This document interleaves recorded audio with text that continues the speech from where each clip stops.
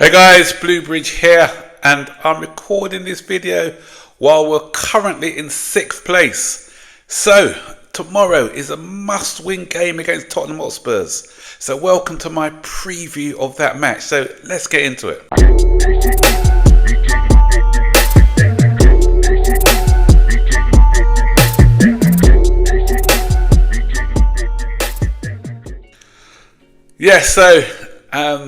I'm recording this video late, and it's for a reason, because I wanted to see how all the other teams got on and where we stood in the table.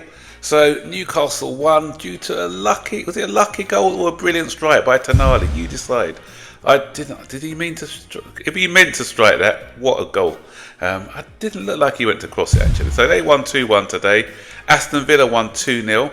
But they played Brighton, so and a bonus for us was that Bournemouth got beat by Ipswich, and so what that means in the table now is that we are currently sitting. Oh, Man City won 2-0, but that was expected against Leicester.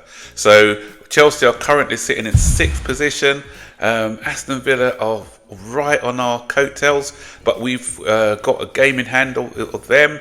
So we need to win tomorrow. If we don't win tomorrow, we are in big trouble. We can probably kiss top 5 and Champions League football goodbye with the run of fixtures that we've got. This is why the Tottenham game is vital, followed by the Brentford game. And it was always difficult for us against Brentford, but I expect us to win that. And then we've got Ipswich. So those 3 games are really vital if we're serious about getting top 5 this year. And so this is the Tottenham. We don't lose against Tottenham. We no matter how poor we are, we don't lose against Tottenham. The only time Tottenham had a little run over us was when Pochettino was their manager, and they had a spell where they beat us a couple of times, I believe. But apart from that, Tottenham against Chelsea, 3-point lane, and at the bridge they come, they get defeated, then they go back home again. And that's what we want tomorrow. There's no excuses, guys, because the reason is that we've got our team back. Enzo Maresca was saying, we went through a bad moment due to 7 injuries, and we ain't got no more injuries. But there is one. I'm going to talk about that guy a bit later.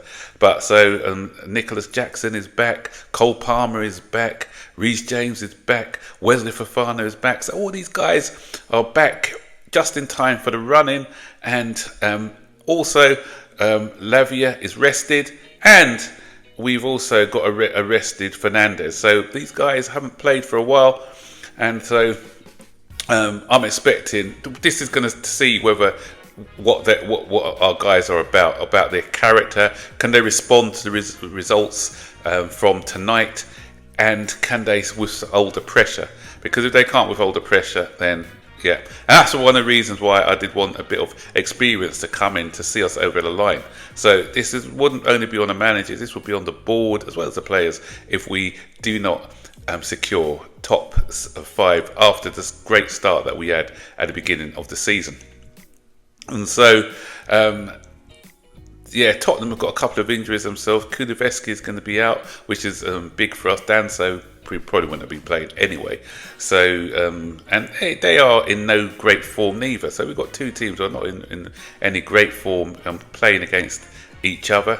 And as I said, we had a week on the training ground. And during the press conference, Maresca was asked about the game against the youth team, and he did admit that we got beat. He said that the attitude wasn't right from the players. That's why they had to come back in for another day's training session.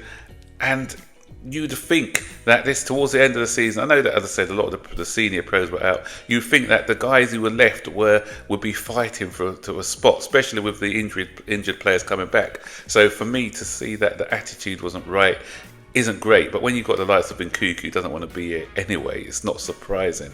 Sancho, don't touch and go whether he's going to be here. There's lots of whispers that it's probably looking like he's going to go back to Manchester United. I think we've got the wrong left-sided wing actually. We brought in Sancho, who plays on left or right, but we needed a goal scorer with experience. Rashford, anyone? Rashford is looking the business, and it'd be ironic if it's Rashford's goals who take them above the table against over Chelsea. And so we are lacking goals. Hopefully Nicholas Jackson can come back, hit the ground running.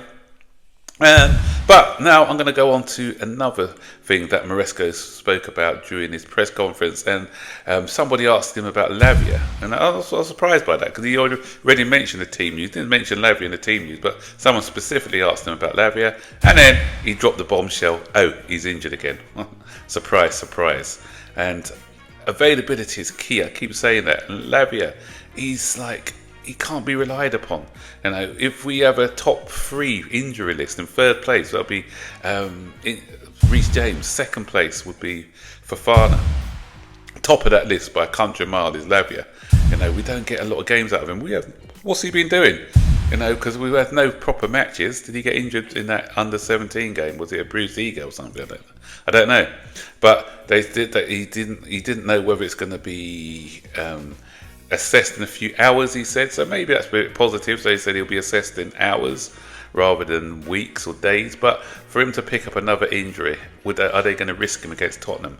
I don't know, but I'm a bit nervous about this player, and that's what when our fan base were throwing a wobble because we bought Igusa. Oh, how's he going to play? Where's he going to play? We got so many. We haven't got a lot of midfielders.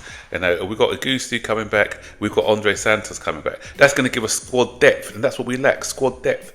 And that's why we dropped off in the table, because we lack squad depth. We are overplaying Fernandez and Moise Caicedo, and so now we can rotate a bit more and play these players. And then because Lavia, as I said, we can't rely on him and his availability. So Igusa comes in, he gives us more options to play, and as would Santos. So we've got a variety of midfielders now.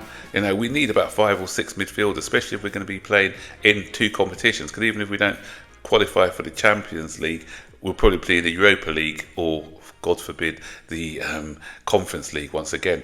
So we are going to end up, unless we have a really disastrous end to the season and don't win that Mickey Mouse Cup, we are going to end up again playing, whether it be Thursdays and Sundays or Tuesdays and Wednesdays and Saturdays, Sundays. So we do need a squad depth, because we don't want to be in that position that we were this season, where the good run was undone by a few injuries, being found out by the opposition, and having a tired midfield. Because I kept saying, in the second half of games, we were running on empty because we expected Moise Caicedo to cover ground week in, week out. No rest whatsoever. All the big teams give their players a rest now and again to keep them sharp when it comes to the business end. So that's what we need. So tomorrow, I'm nervous about tomorrow because back in the day, playing Tottenham, I'll say, no, that's no problem. That's easy 3 points. But with this Chelsea and the way that we're up and down season, I don't know what sort of Chelsea we're going to get. Are you guys more confident than I am? Stick your comments in the comment section below. And so don't forget to like, subscribe, turn on post notifications so you'll be notified every time I make a new video. So take care, up the Blues. Hopefully we get those 3 points tomorrow. Come on, you Blues.